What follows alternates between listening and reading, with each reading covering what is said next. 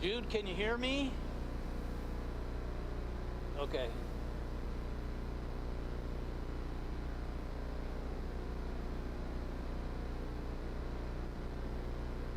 Yes, I did. Yep. Don't hear you yet, Jude. All right, you can hear me now, No, probably. we can hear you. Yep. Okay, thanks. Yeah, it's a really bad connection though. Let me get a set it your. Oh, there, it's better. Yeah, no, we can hear you fine now.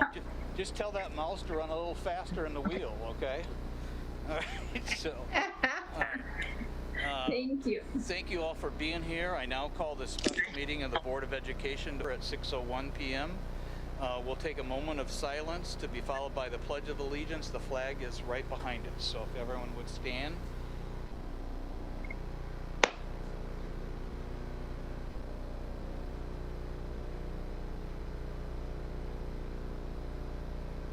I pledge allegiance to the flag of the United States to the flag of the United States of America and to the republic for which it stands, one nation, under God, indivisible, with liberty and justice for all. All right. We got stereo. Okay, I'll have our coordinator, Mrs. Fromm, call the roll, please. Mr. Rollins? Here. Mr. Scrivano? Here. Mrs. McCulloch? Here. Mr. Siegel? Here. Mr. Connor? Here. Ms. Stanford? Here. With 6 present, we have a quorum. Thank you. We are now on to the candidate forum for interviewing for the vacancy in Subdistrict A. I want to welcome all the applicants that are here. Thank you for stepping up. We greatly appreciate your willingness to consider to take on this responsibility. A couple instructions. Mask will be worn by everyone tonight over the mouth and nose, so don't take them off to talk. So you might have to, when you're answering a question, you might have to scoot a little closer to the microphone. And then remember to turn your microphone on when you're speaking, which is a button that will light it up like this. Sometimes you have to hold it, but when you see the red light come on, you'll know that it's on, and then turn it off when you're done speaking, okay? So we're going to start out tonight with applicant self-introduction. So you'll have 2 minutes, and actually Laura's going to run the clock, which is the number on the left there, backwards, just to kind of help you with your 2 minutes. After your self-introduction, then we're going to do kind of a round robin format of board members asking questions. For example, Mr. Siegel might go first, and then he would have one question, and each of you get the opportunity to answer that question. And then when Mr. Rollins speaks, we'll jump to the second person. We'll start and kind of give it a fair round robin format. So again, try to keep your answers to about 2 minutes. And I don't know, do we have Victor on? Doesn't look like it. Okay. Then when we're done, we're going to keep it to about an hour, and then we'll have closing comments from each one of the applicants. You'll have 2 minutes to kind of do a summary, and then I will go through some special instructions that you need to know about getting yourself on the ballot if you're interested in running for the position in the April election and things like that. So let's start with Tanya first to give just the overview, 2-minute introduction of yourself, and so that we know about you. I want to introduce the board members first. Mr. Siegel is here, Mr. Rollins, Ms. Stanford, Mr. Connor, and myself, Ken Scrivano, and that's Jude McCulloch on the video Zoom there. So, all right, so Tanya, we'll let you start and give us a little introduction about who you are. Anything you'd like to say about yourself?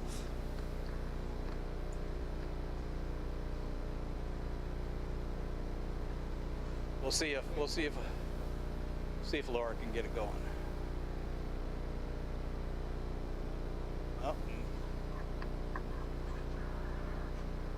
No. We'll have Connor come out.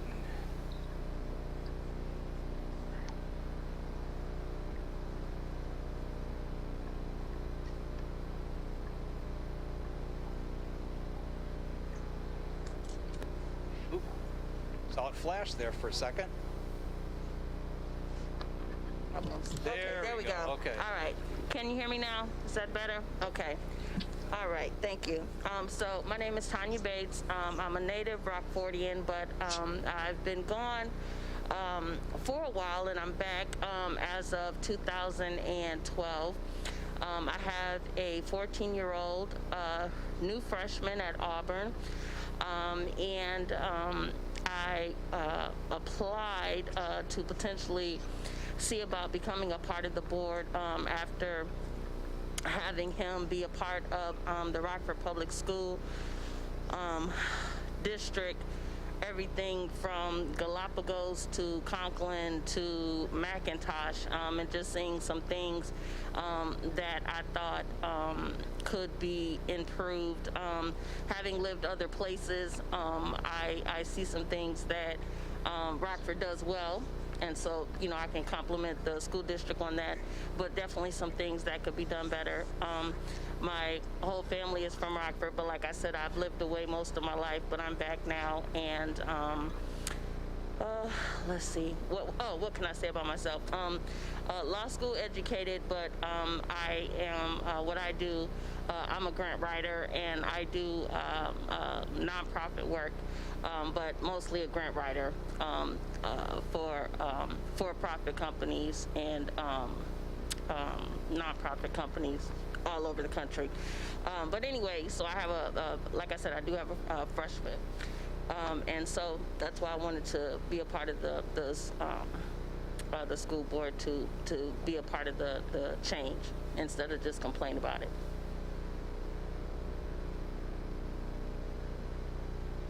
Okay, next we'll have Denise. Hello, I'm Denise Pearson. I am not a stranger to District 205. I graduated from District 205, went to school from first grade through Rockford East. I was also a previous candidate, 2017. I have been committed to District 205 and staying connected with District 205 as well as the community. And I'm very passionate about education. And I believe I have proven myself to be committed to the cause, and I look forward to serving you.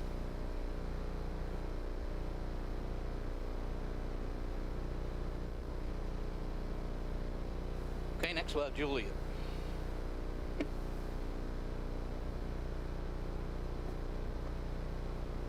Can everybody hear me? Good evening, ladies and gentlemen of the board. First, thank you for this opportunity.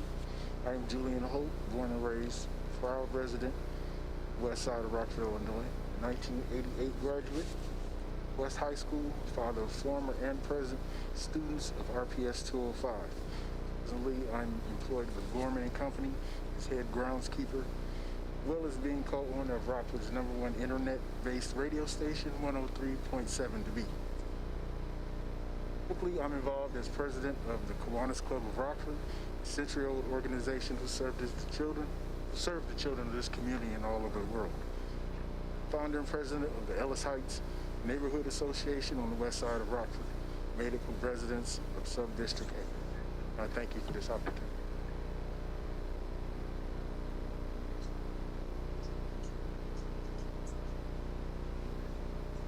Okay, so Mr. Siegel, I'm going to have you ask the first question, and since we had Tanya start the introduction thing, we'll have Denise answer the question, then Julian, and then Tanya, okay? So Denise, and everybody gets the same question. Okay, go ahead, Mr. Siegel. What specific skills will you bring to the board?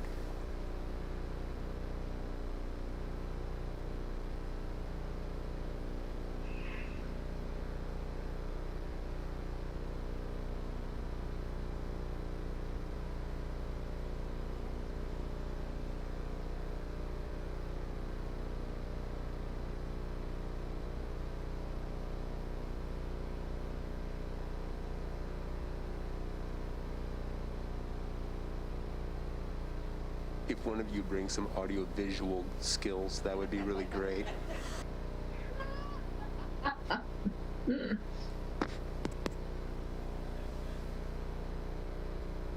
Thank you. appreciate your patience. The skills that I would bring to the board, I have what I would describe as excellent communication skills. I have the ability to bridge and build relationships. I'm a critical thinker, problem solver, something I do daily. And I'm able to work collaboratively to obtain the common goal. Thank you.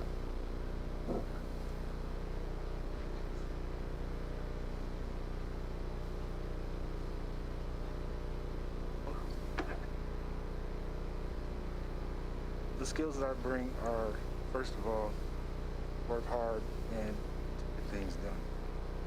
What needs to be done, have what you call a boots to the ground type attitude, afraid to get out. Parents talk to kids, staff, whatever needs to be done. Things in my area with the school.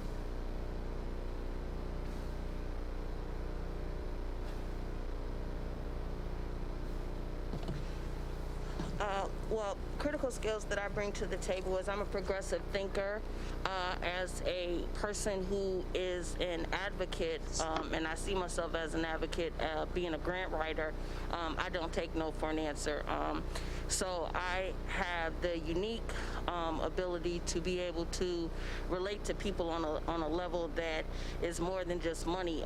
An example would be, I had some potential clients that were in the Middle East, and they're not fond of women being in the front, so I took on the daunting task of learning Arabic. And anyone that knows anything about those languages, it's not easy. I learned Arabic and I learned Japanese as well, just as a way to show that I was committed to the process. And so what I think that says is that you're willing to do the work to build an instant relationship, and also to build trust, and also to build not only a partnership to reach a common goal, but also to show that your mission is my mission, and that we're in this together. And so that's one of the skills that I bring. And then I have a progressive mind, and having lived other places, not just Rockford, I have the experience of other school districts, because I've written grants for other school districts and also have worked with other school districts. So I have that experience that I can share with the Rockford Public School District, and also have those relationships in place so we can bridge that gap and potentially use those partnerships and take advantage of that knowledge as well. In addition to that, you guys were mentioning about the audio visual. I kind of got tickled by that, because I was just on the phone, excuse me, just today, and one of my clients, they need the whole setup and things like that, and they didn't have the money for it. And so what I did was, instead of suggesting that we write another grant for it, we went to the manufacturer. And I said to the manufacturer, I was on the phone today for about an hour, and I said, hey, they need they need this equipment. Would you donate this equipment, with COVID? And they donated the equipment. So I have the ability to say, instead of it always being about money, money, money, let's say, hey, would you donate this? We're school district. And one of the things that I see, since coming back to Rockford real quick, I know my time is up, one of the things that I see, Rockford needs a win. Rockford needs a win. And we haven't had that. And that's one of the things that I would love to see being part of the school board, is Rockford, the school district, to have a win, for the kids to have a win. Because I haven't seen that since my son's been part of the school district. They haven't been celebrated. And I think they need that. Okay, Mr. Rollins, with the second question, and Julian, you'll be answering this first. Before I ask a question, I just want to thank all of you for coming in. I think it's one of the most important positions in the community. We're talking about educating in any particular year 28,000 children or close to 28,000 children, and trying to balance a lot of different needs. And this is going to tie into the question I'm going to ask you, but I want to thank you for showing an interest and taking the time to actually show up here. So there'll be a question at the end, but what I really want to do is make sure, and I don't want to scare anybody off, but I also don't want anybody to misunderstand what can be involved in this. So there's a time commitment. We meet 3 Tuesdays a month, plus special meetings like this one. In normal times, these are not normal times, but in normal times, we start meeting at 5 o'clock for closed session.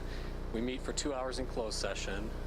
Then we come immediately into open session at 7. Things have gotten progressively better since I've been on the board. When I first got on the board, we were going till 11 o'clock at night. Then it got to be 10 o'clock, then 9 o'clock. There's nights that we actually get out at 8:30 now. But you're talking about 3 Tuesdays a night, 3 Tuesdays a month, potentially going from 5 or 5:30. One of the Tuesdays we start at 5:30 and until possibly 8:30, 9 o'clock at night. And the Friday before those meetings, a whole bunch of information gets uploaded into into something called board docs in electronic format. And you're expected to go through that information. I mean, I don't think anybody can really read it word for word. We kind of rely on each other to look at different things, and there may be some weekends that somebody can't look at everything, but other people sort of pick up the slack. But by Tuesday, I mean, what you are expected to be able to do is listen and ask questions. And then, particularly in this time period, you really can't be in this position if you have too thin of a skin. You have to have a certain amount of a thick skin. So I guess the question that I'm going to ask you is, do you think you're ready to take all this on? To answer your question, yes, I do. I'm the president right now of the Kiwanis Club of Rockford, and it's undertaking, but dedicated to community. I'm dedicated to the kids of Rockford. I mean,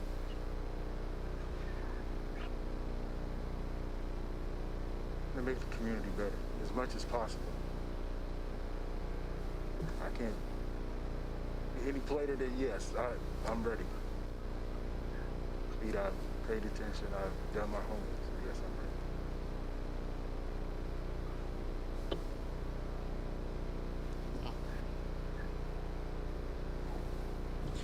ready. As much as I'd love to give you the feel-good answer, I'd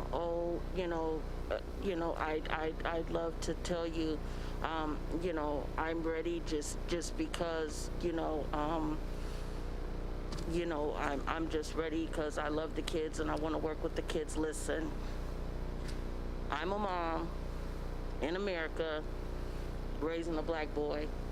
You better believe I'm ready. I'm ready, and I'm ready because it's not only my son, but it's other sons and daughters that have to be ready to be competitive, not only in America, but in a world market, and have life skills, but not only life skills, but be ready to compete in a world market. So you better believe I'm ready, because we have to get them ready to compete. This is not a game, and they have to be ready to compete, not just in America, but on a world stage. And so, yes, I'm ready, because my son speaks 4 languages, but I started that at birth. Not every child has that. My son is doing excellent in this remote learning. Not every child has that. So it's not just my son, but it's every child that's in Rockford Public School District that I have to think about. So, I mean, I would love to give you that feel-good answer, but it's not just him. I mean, it's other children. I mean, I have several girls that I mentor, and they have babies, and they're all under 17. And they're white, brown, orange, purple, and they still have to be able to compete. So, yeah, I'm ready.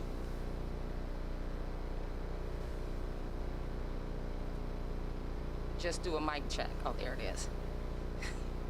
Yes, I am ready. I'm aware of the commitment in the involvement as a school board member. I am fortunate to have flexible hours with my full-time employment. I work for an organization who is very supportive of community service and volunteerism, and I am committed.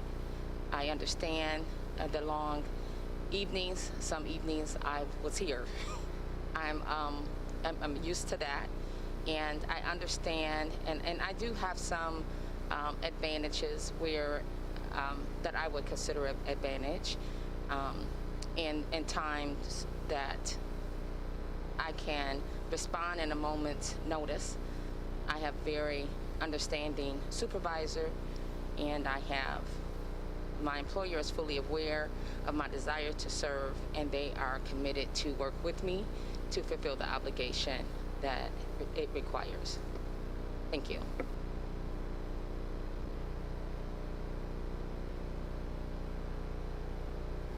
Okay, Ms. Stanford, you're next, and Tanya will start, followed by Denise and you. Okay, my question is this. What areas in the school district would you like to see the board strengthen?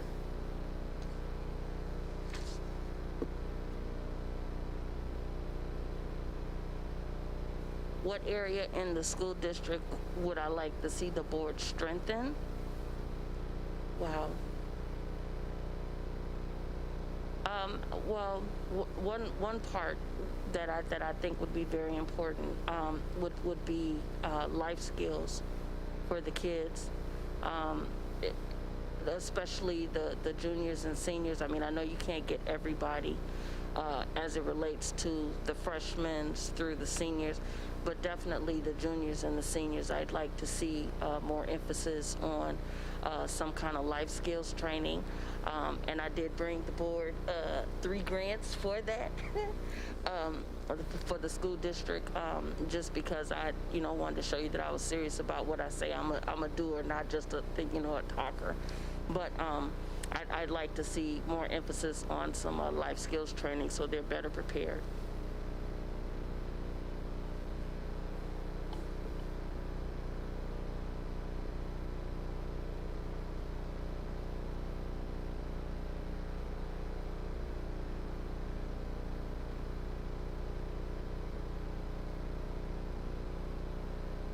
Marvelous Monday. There it is. What I would like to see strengthened is the relationship between the community and the school district. The parental engagement, community engagement, including the faith-based community. I believe that that is an area of opportunity, and I'm definitely preparing to take on that challenge to help bridge that disconnect. Thank you.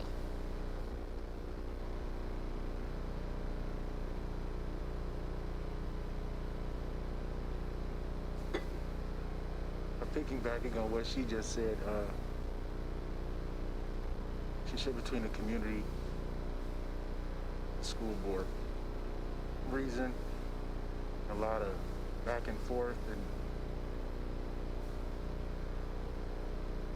body or some way there has to be common ground or understanding between the two. Everybody wants the same thing. Everybody's basically saying the same thing. Everybody's just not hearing the same thing. We can just somehow bridge that gap, like she said. That's where the strength comes. Everything falls into place after that. Thank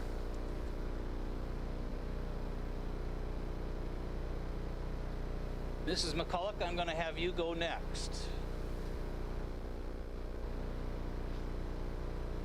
Thanks. Boy, 3 great candidates. Thank you so much for being here. You're making it difficult. Ken, I sort of have 2 questions, but let me focus.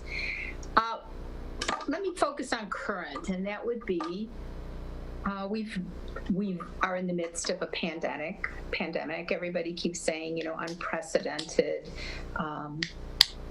And so the response of the school district doesn't have a precedent, right, to be in a situation like this. I would like to hear each of you speak to what you think of how the district is handling education with our students now and actually since last March as we've been going through this pandemic and the changes that have come along throughout that time.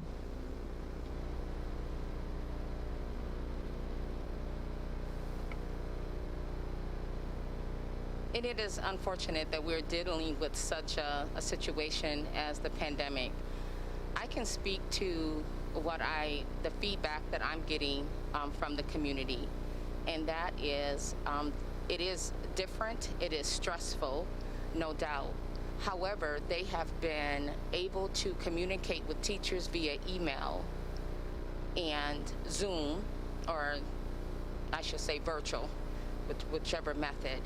And I believe, given the situation, there's always areas of opportunity, but overall, I believe that the district is doing the best it can with the resources that we have.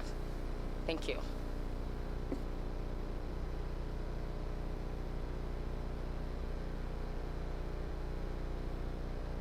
I'd like to say that the board system at large is doing a wonderful job.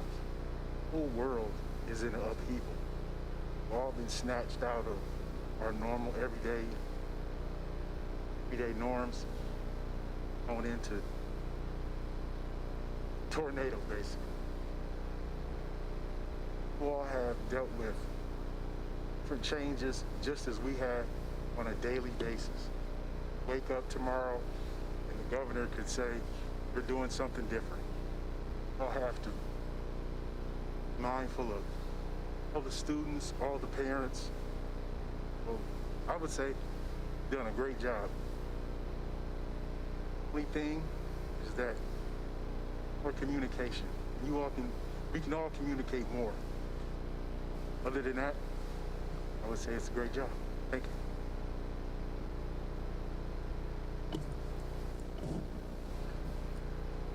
So the response that I have is actually twofold.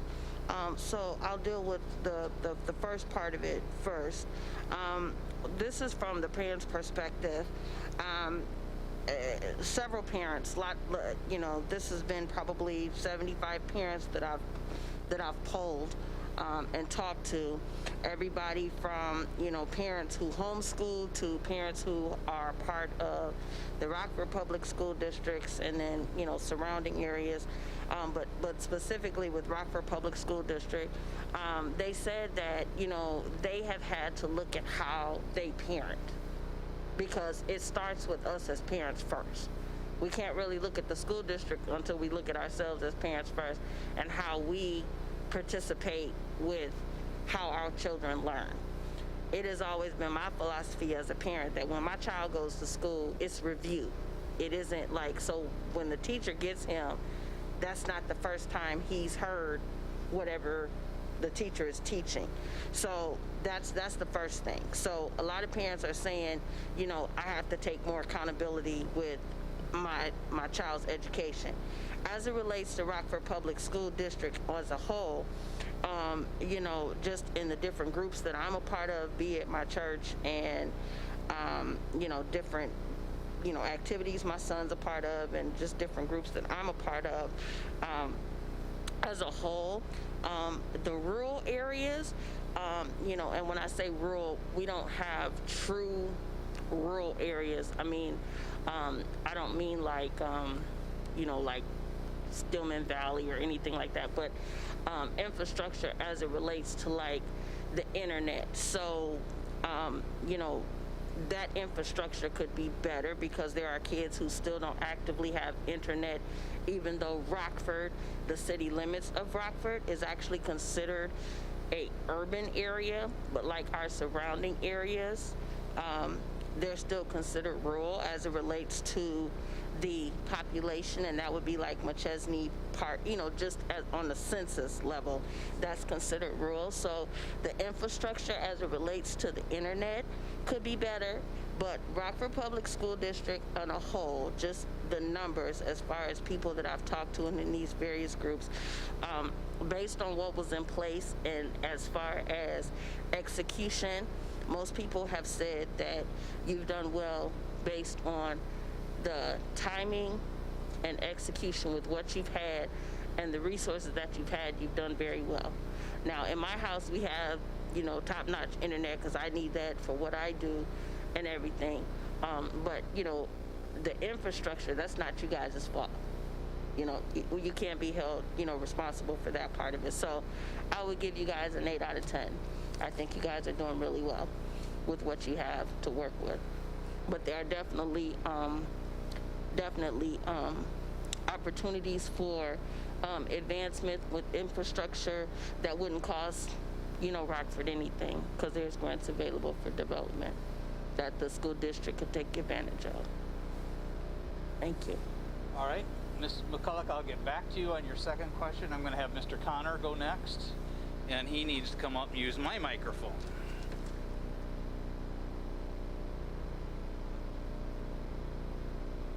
Good evening, and again, thank you all for coming out for this. This is important, so thank you. My question is that as a board member, you are often faced with difficult decisions, and these might be decisions that will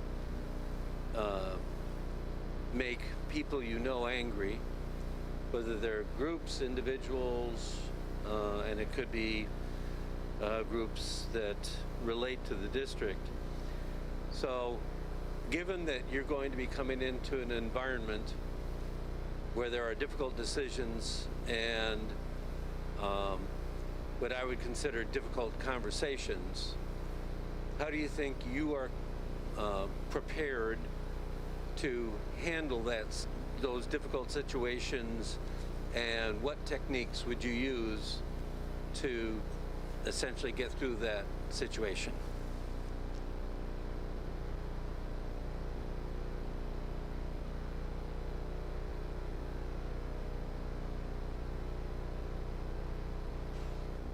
But in today's climate, almost every conversation you have is a difficult conversation, depending on who you're talking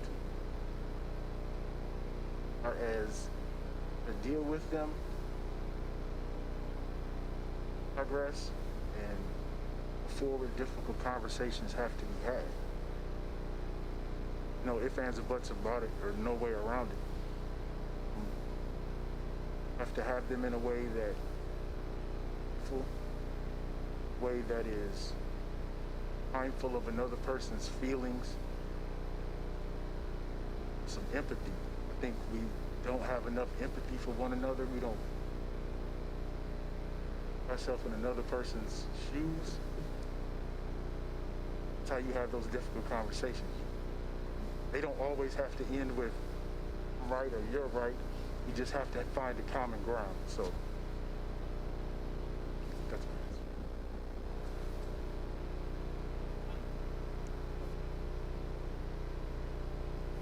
It was really ironic that you asked this question. I was on a conference call actually today about making a decision about who gets the vaccination first. And how do you make that decision? Everybody in the United States is important. How do you make the decision who is most important to get it first? That's, light for Deb. Obviously,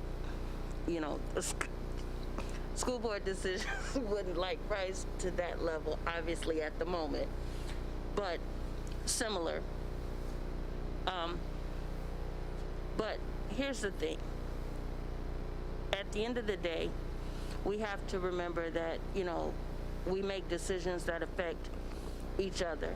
And we have to remember that we're all in this together. It isn't like a us versus them, it's a we. And if we remember that it's a we, then it makes it a little bit easier to make the decision, to make the hard decisions, I guess. And so that's how I govern the way that I make my decision.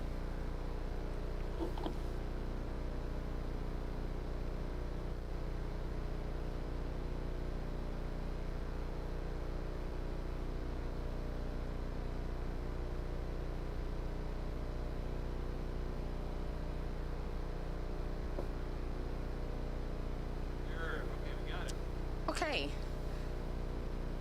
My my experience just being a community member, I've had those difficult conversations and I've had people be very angry with me. What I've learned is to ask simple questions to simply diffuse the conversation, such as, have you, and typically the argument is about disciplinary policy. And so I typically ask those in conversation, have you familiarized yourself with the parent or student handbook? Have you used the appropriate chain of command to get the answers you need? So I've learned that it's very easy to point out what we think District 205 isn't doing. But we also need to take a look at what we're doing or what we're not doing. So I understand that, and Mr. Rollins have already made it very clear, you need tough skin. And I can speak to the climate from the last election and the tension that was in the community. But I never allowed it to change who I am. And that is to be respectful, appreciate one's opinion, respond in a respectful way. And remember that we never know the underlying issues of what one is really dealing with. Thank you.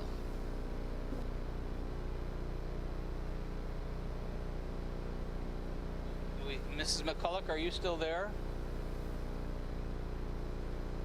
I am here, but you went away on mine. Okay. Oh, there you're back. Now we have you back. Okay, go ahead. You can ask your next question.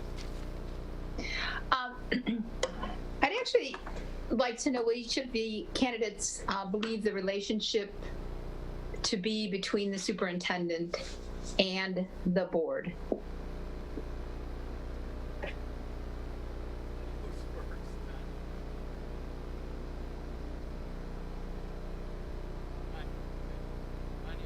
I believe Tanya is. Would you repeat the question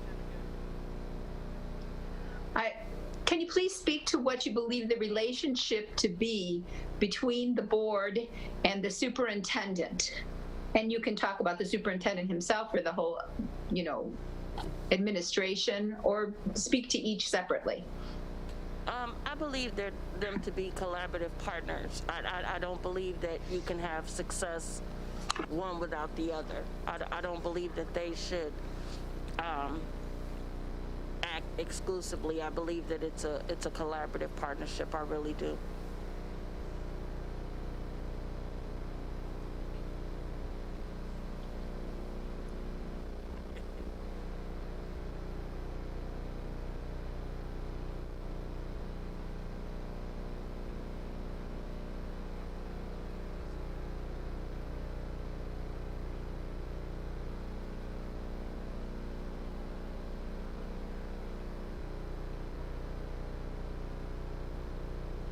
We usually leave the trick microphone to the legal counsel, okay, so, who are represented in the back here, okay.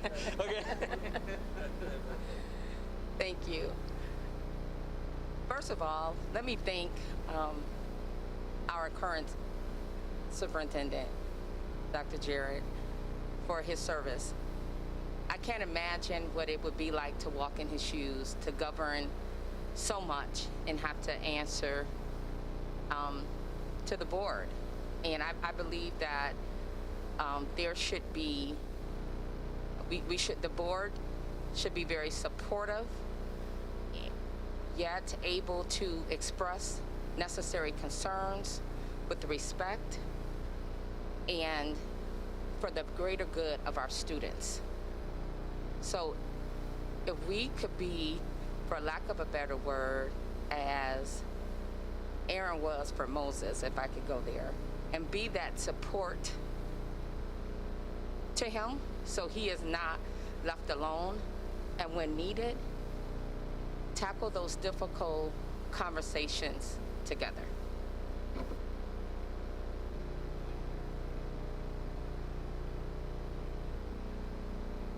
say that the relationship between the board and superintendent is basically the same as a marriage. Separate entities, but they have to come together to really get things done. Collaborative, as she spoke of, each one having each other's back. Again, like I said, once again, it comes into always being who's right and who's wrong, into a common ground, basically, care of a common goal. Thank you.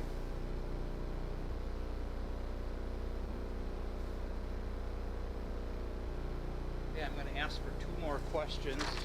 Raise your hand if you'd like the opportunity to ask another question. Mr. Rollins. Got another pragmatic question. So I don't know if this was made clear. I hope it was. This is a really temporary appointment. This position is open again for election in April, and that means that somebody's going to have to run for this position. And the petitions to get on the ballot to run for this position are due in about 3 weeks, maybe 4 weeks. I'm not up this time. It's in about 4 weeks? 2 weeks. 2 weeks. Even worse, 2 weeks. So I'm just going to ask you, you know, I'm going to speak for myself. I'd like to appoint somebody who's committed to running again. So are you committed if you do this? I mean, you're going to be jumping in.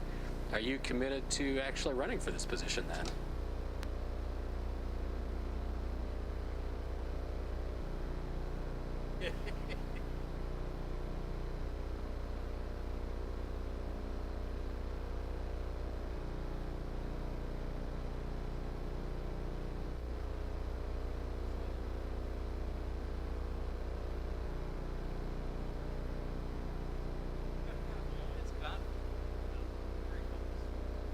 There it is. Oh, so all you have to do is get close to it, Connor, and it comes back on. Okay. Why don't we move her to a different seat? That's a good idea, Ms. Judith. I am committed to run for the continuation of the school board to answer your question. Yes, I am committed and willing to put in the time to do so.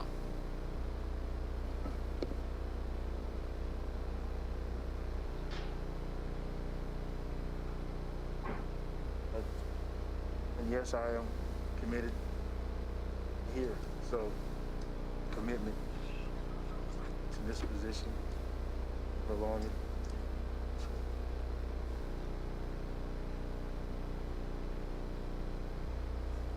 I am.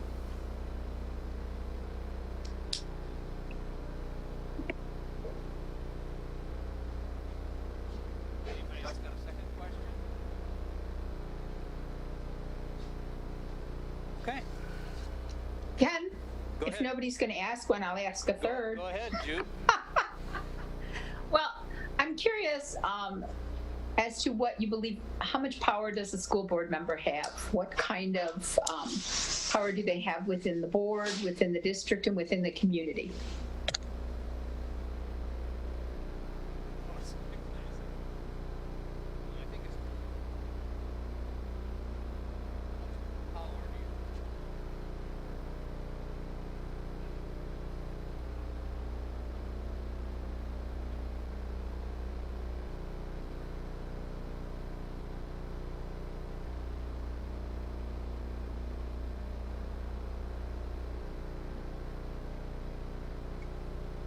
I think Julian's first, aren't you, Julian? We're waiting for his mic won't turn Oh, well, don't move to that seat, on. Denise. Now we got it. Okay. Right, okay. To be quite honest, I'm not sure exactly how much power a board member has. I know that the community at large, is that each school board member has a lot of power, or as goes on the schools and over the education of their children. Like I said, I'm not sure exactly how much each person has, but look to you all. Well, it doesn't matter how much you actually have, it's what the community thinks you have. Being said, all the power in your hand. Okay, now Tanya. I guess I would have to ask a question back. I guess as it relates to, I guess I'm not really sure I understand what you mean. Can you clarify what you mean a little bit by that as far as the power question? It does stem in part from some of the answers that we had on applications in terms of bringing in new ideas, bringing in new educational concepts. But so I wonder that when I say from within, as an educator, which is what all our administrators are educators, and I don't think any of us on a board have a educational degree. How much power do we have to really bring forward programs to change things? But also, how much power do we have, or do you as a board member believe that you have to make a difference on items for education? And you have to think about the fact that we only have, we have two, I don't know if you know this, but we actually have two employees as a board. We have the superintendent and we have our legal counsel. Are you speaking of policy and procedure? Are you speaking to actual educational content? I'm not real sure what. Yeah, I mean, I don't want to go too far to the left or the right with it. I'm trying to get to the meat of what exactly you're speaking of. So, I mean, are you speaking of educational content, or are you speaking of policy and procedure as it relates to the educational content? I mean, where are you going with it?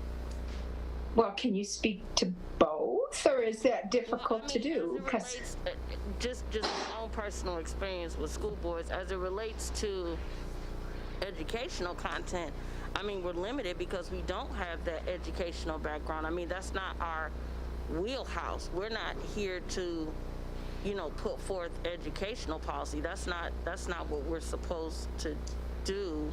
That's not what our direction, at least in my experience, that's not what the boards that I've experienced, that's not what their purpose was. Their purpose was to make sure that the directives that were already outlined were maintained, that they were sticking to what was already outlined they were supposed to be doing, and then if there were any changes or things like that kind of stuff, that's what they were supposed to be doing. Making. Let me give you an instance, if I could, Tanya, that might help a little bit with direction. Because I'm not sure where. So there have been board members in the past, because I've been on a long time, who felt like they could walk into a building and expect people to do their bidding, who might call an administrator and expect to see change because they made that call, or they may have tried to broker a deal with somebody in the community with the district. So it's really more what it's a job title, and so I use the word power in. Yeah, well, it sounds like what you're describing is abuse of power. Okay. There you go. Well. So, while Tanya's up, can I ask you a question? Because we didn't have any opportunity to do that. And I just didn't, one thing on your resume, because at the very beginning you talked about a legal education, and in your resume says you have a JD, but do you actually have we already have one. I didn't take the bar. Okay. But you finished all 4 years of law school and just didn't take the bar. I didn't take the bar, right. Okay, go ahead. Thank you. I'm going to let Denise say Jude's yep. question. Jude's. There goes the mic issue again. All break. Yeah. Do your magic, Connor. Here he comes.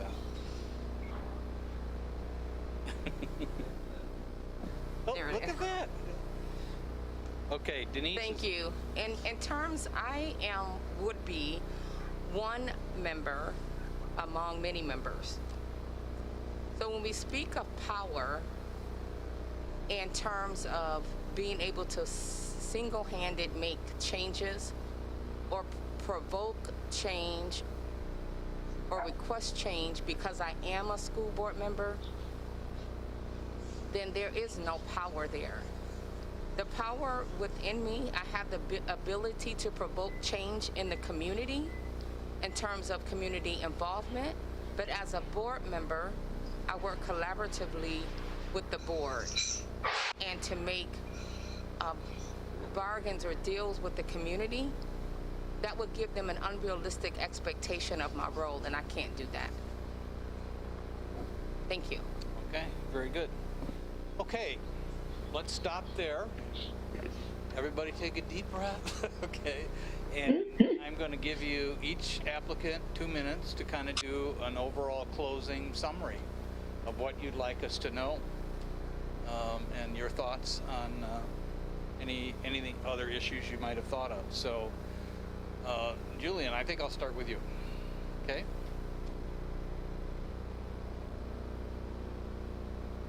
We'll try to keep it to 2 minutes. There you go. We got it. Once again, I'd just like to say thank you for the opportunity with you all this evening. Just like to say, dedicated to Rockford, dedicated to the community, dedicated to the youth. All we have. They're the last. You see, if we don't teach and educate them, yet they must go, as they say. Be in some trouble. You know, you can say what they want about Rockford and the board, and everybody's doing the best that they can. They have to work there. That being said, and I'm dedicated to the position, dedicated to my city, dedicated to my community, dedicated to the school. Tanya. Let's see if you can get your mic on first. There you go. I really appreciated the opportunity to engage in the conversation this evening. It's given me even more of a bird's eye view of the board and some of the minds that are on the board, and some of the things that you guys deal with. I really appreciate the opportunity to give you a little glimpse of who I am and what I could possibly bring.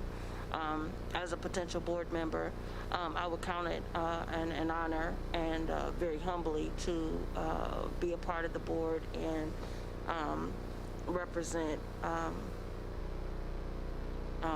Rockford, and be able to bring the small talent and skill set that I have, and help Rockford win, because Rockford could use a win, and be able to help our students to be able to perform and on a global scale. So thank you for the opportunity to be a part of the discussion this evening. Okay, Denise.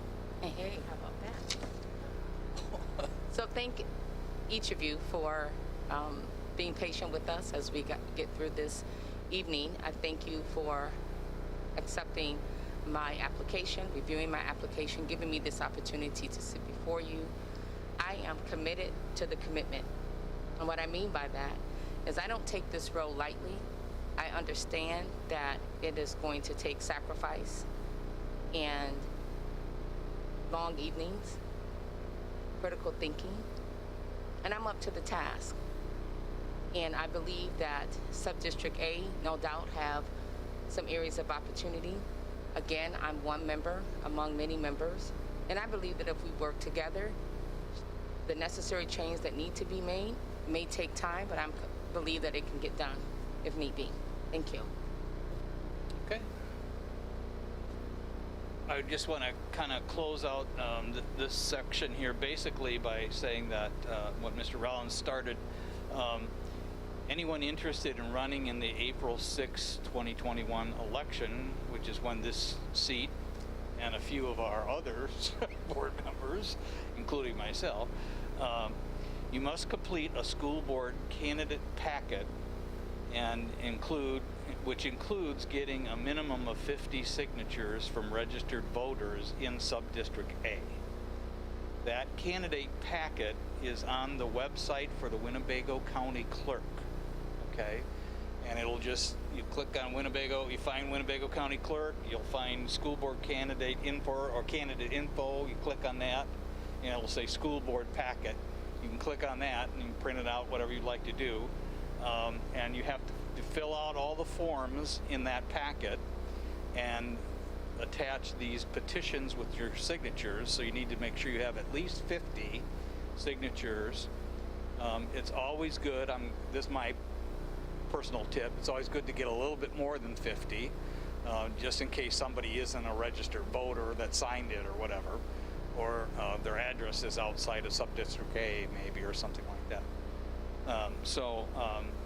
And as we said, that packet must be turned into the Winnebago County Clerk's office, which is downtown next to the Metro Center, in the county office building, the week of December 14th through the 21st. I think the last day is the 21st of December that it can be turned in. That's to get your name on the ballot. Okay? Mrs. Fromm can help you if you have any trouble with how to fill that out or whatever. The petitions and 2 of the forms have to be notarized, and we can help you with that. We have notaries here in the district, or you can use your own, you know. So those, just a reminder that those packets are due December 14th to the 21st. So, and it's a little more challenging this year because of COVID to go out to people's houses and get signatures, you know. So it takes a little work to get that done. So you don't want to delay on that. The plan, I want you to know what the plan is the board is now going to move into closed session downstairs, and we will make our decision tonight. And I will notify who our selection is by tomorrow. So you'll get a call from me, and we will notify those that weren't selected either by email or text or something.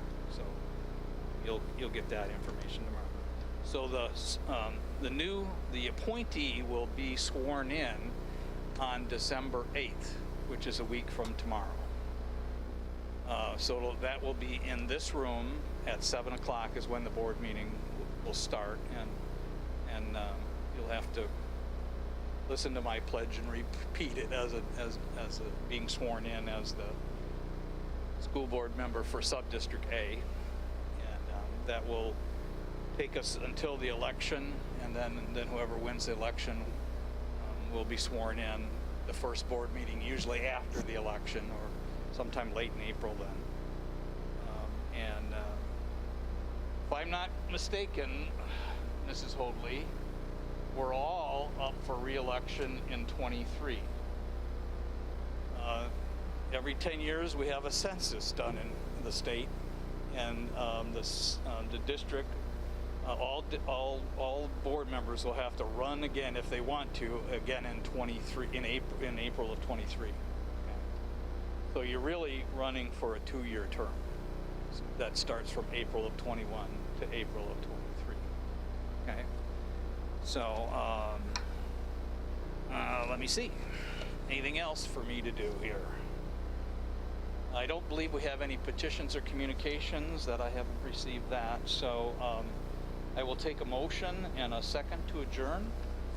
Moved by Mr. Connor. Is there a second? Second. Second by Mr. Siegel. All those in favor say aye. Aye. Opposed, same Aye. sign. We are adjourned at 7:01 p.m., right at an hour. That's pretty good. Thank you guys so much for being here. You did a great job. Everybody did a great job. We have a very difficult decision to make with all the good candidates we have.